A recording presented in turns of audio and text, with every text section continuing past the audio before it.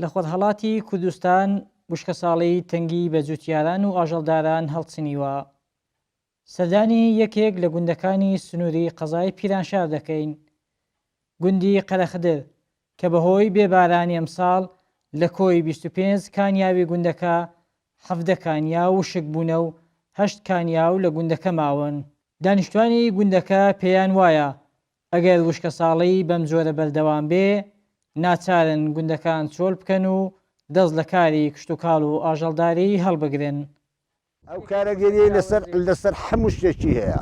سەری ئەوەنین لەسەر دینی و ئیمانیشی هەیە، ناتوانین نزافەتێ بکەین، نوێژە بکەیت، دەست نوێژی هەڵگری، مەڕ و ماڕ لە ناگیرێت، کەشاوەرزی ناکرێت، کشتتوکاڵ نابێت، هەزدەڕا هەموو شتێک بە ئاوێ دەبێت هەیە، دین و ئیمانیش بە ئاوێوەیە. قەت نەبووە ئیشک ببن، ئیشک بوونە ئەمان ئاوە حمومینە.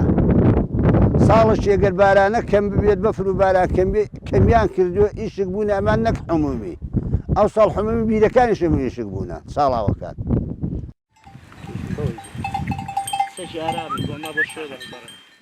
وەڵای بیایی بۆ مەڕانە مەسەلە لە عارەکانە تو لێرە مەڕی لە وەڕێنی مەڕ بە تونیاتی دیاری وا دەچێتەوە ماڵە ئاو نییە دەچی شۆمی ئاو نییە لە هیچ شوێن کۆلەکان بازەکان ئیوا ناڵە سەر هەلێشی ئاو دێت زۆریشیان دەمەتا ئیژدانە زۆریشان ناڵ هەلێشی ئاو دێت زۆری فەرقە و مشکل نەبوو لە سوێسە چۆمی دەکرد بۆ کابرا هەر نەفرەی بۆ لاشی دەڕۆی هیچ مشکل نەبوو.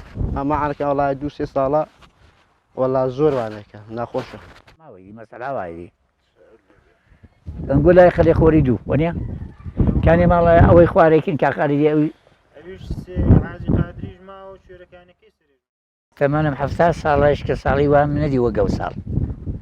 ئەرێ وەڵای هەم ماڵات هەم ئینسان هەم باری کەشاوەرزیەکەن لە ئاوێکەم بووە قەتیش ئەو چۆمەش ئەو ساڵ هیچی مەماوە چۆمەکەش ئەمەشی بوو.